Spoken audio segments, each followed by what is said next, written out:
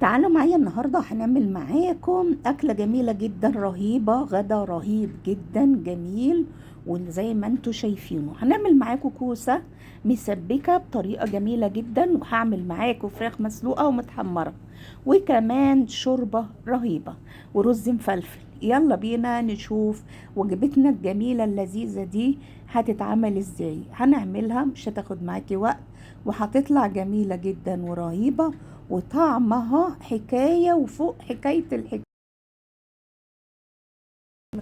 المكونات عندي كوسة، وكمان عندي كيس صلصة من اللي أنا ببقى مجهزاه في قلب الفريزر، وعندي بصلاية متقطعة قطع صغيرة، 5 فصوص توم متقطعين، و5 سلام.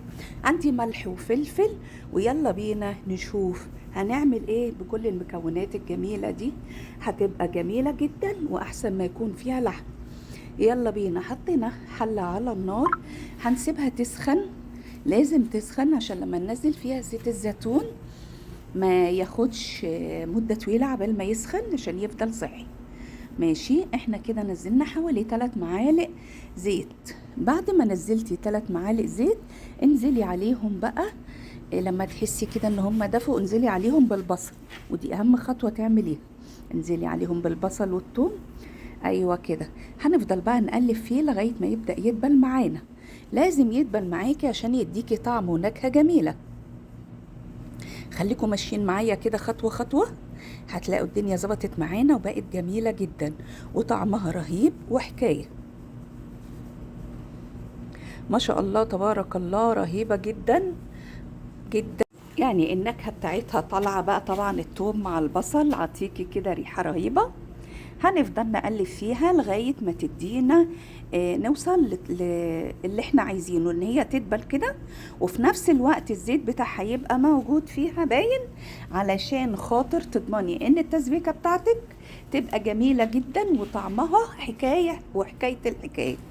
خليكم ماشيين معايا واحدة واحدة، هتطلع معاكم ولا اروع. بصوا بسم الله ما شاء الله. حطينا كده وهنفضل نقلب نقلب نقلب. خلاص ننزل بقى بالصلصة بتاعتنا. هننزل بالصلصة ونديها تقلبتين. اديها بقى تقلبتين لغاية ما تبدأ تتحمر معاكي، وتوصل معاكي للنكهة والطعم اللي انت عايزاه. ماشي، والشكل اللي انت عايزاه. انا عايزة اسبكها لغاية ما يبدأ الإدام يبان عندي، عشان يديني طعم ونكهة جميلة. خليكم ماشيين معايا واحدة واحدة، وهقول لكم هتطلع معانا بالشكل الرهيب اللي انا هقول لكم عليه دلوقتي، ونوصل ليه. يا جماله يا جماله، روعة جدا جدا فوق ما تتخيل. ايه رأيكم فيها؟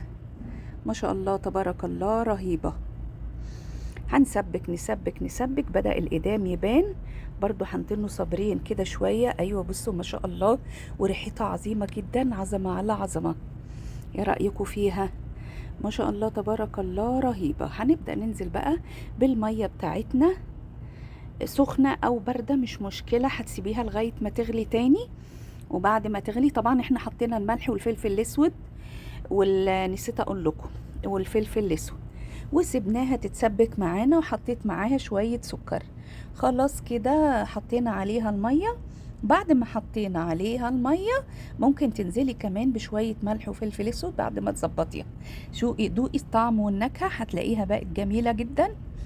الفلفل الاسود دول برضو شوية ضافوا معايا، لان الفلفل الاسود الفريش بيحرق، فانا دقتها لقيتها كويس. لقيتها لسه.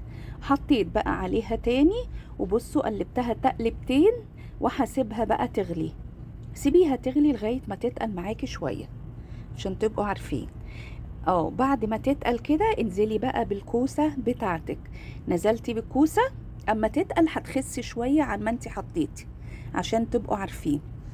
تقلت معانا وبقت جميلة جدا. وبعدين حطينا الكوسة، هنديها تقلبتين وهنسيبها لغاية ما تستوي. خلاص كده الكوسة هتخر شوية مية وتشربهم، وهتبقى عندنا بصوا، اللهم صل على النبي، جميلة جميلة فوق ما تتخيلوا، رهيبة وطعمها جميل. في الوقت ده هتجيبي حبة نعناع ناشف، تفركيهم فرك كده بين ايديكي وتحطيهم. يا هيعلوا معاكي التيست. دي فرخة ونص، كل واحد يعمل الكمية اللي هو عايزها تبع أسرته. مسكته غسلته بالملح والخل والليمون، وعملت لها محلول نقع ونقعتها فيه، ومسكتها تاني شطفتها حطيتها في مصفى وصفيتها. يلا بينا نشوف هنستعمل ايه. حبهان مستكة، انا بحب احط قرنفل لان بيقوي جهاز المناعة، وكمان ورق لورا وبصل وروزميري ومستكة. ماشي، هي دي المكونات اللي احطها. عندك فلفل حبوب حطي، فلفل اسود بيخليها برضو جميلة ورهيبة، ينطر الرطوبة كده من جسمك ويخليكي قوية. حطينا حلة على النار تغلي وفيها والميه بتاعتها غلت، نحط فيها بقى ايه البهارات اللي انا قلت لكم عليها. ماشي، نحطها كده ونسيبها تغلي مع بعض شويه لغايه ما يطلع ريحه كده جميله بتاعت البهارات. ماشي، خليكوا كده. بصوا ما شاء الله، سبتها غلت، بدأت بقى ريحه البهارات لا تتخيلوا، بتديها الشوربه كده شمغه جميله. بصوا ما شاء الله، سيبيها تترجم كده شوية، تترجم يعني تغلي، وبعدين جيبي الفرخة وحطيها وكمان الربعين اللي معاه. ماشي، حطيناهم، هنسيبها بقى تغلي شوية ونحط الملح. بصوا بسم الله ما شاء الله، انا سايباها كده معاكم لغاية ما تغلي. غلت كده وبدأ الدسم بتاع الفرخة يطلع. ايه رأيكم؟ بسم الله ما شاء الله، حبة شوربة كهرمان الكهرمان، تشربيهم كده يرموا عظمه ويخلوا صحتك حديد.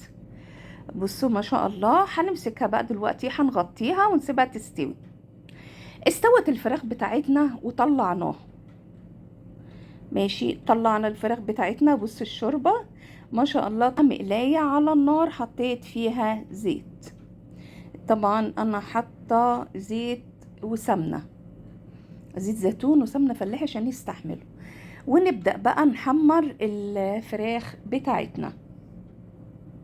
انا فصصتها كده قطعتها 4 تربع. المرة اللي فاتت عملتها لكم سليمة، المرة دي مسكتها كده ايه، فصصتها عشان احمرها تحمير كويس يطلع معاكي جميل جدا وطعمه رهيب. خليكم ماشيين معايا كده واحدة واحدة. ما شاء الله تبارك الله، بقت جميلة جدا. اللهم صل على النبي، روعة روعة فوق ما تتخيل. طبعا هتقولوا دول 5 في ربع طار. الربع اللي طار ده اكلنا له القطط مسلوق. ايوه طبعا، ما زيهم زينا، ليهم مناب. نفضل بقى تحمري كده وتحمري كده وتخلي عندك صبر لغايه ما يجي اللون الاورانج الجميل ده اللي ايه الكريسبي الرائع.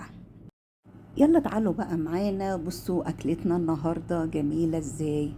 ادي الكوسه اللي عملناها، وعملنا كمان معاها رز مفلفل، وادي الدجاج بتاعنا اللي حمرناه وخليناه لونه كريسبي كده وجميل اورانج رهيب. ايه رايكم فيه؟ والشوربه بتاعتنا الكهرمان. هي دي وجبتنا النهارده. جربوا طريقتنا وقولوا لنا ايه رايكم فيها. روعه جدا ورهيبه، والطعم بتاعها حكايه.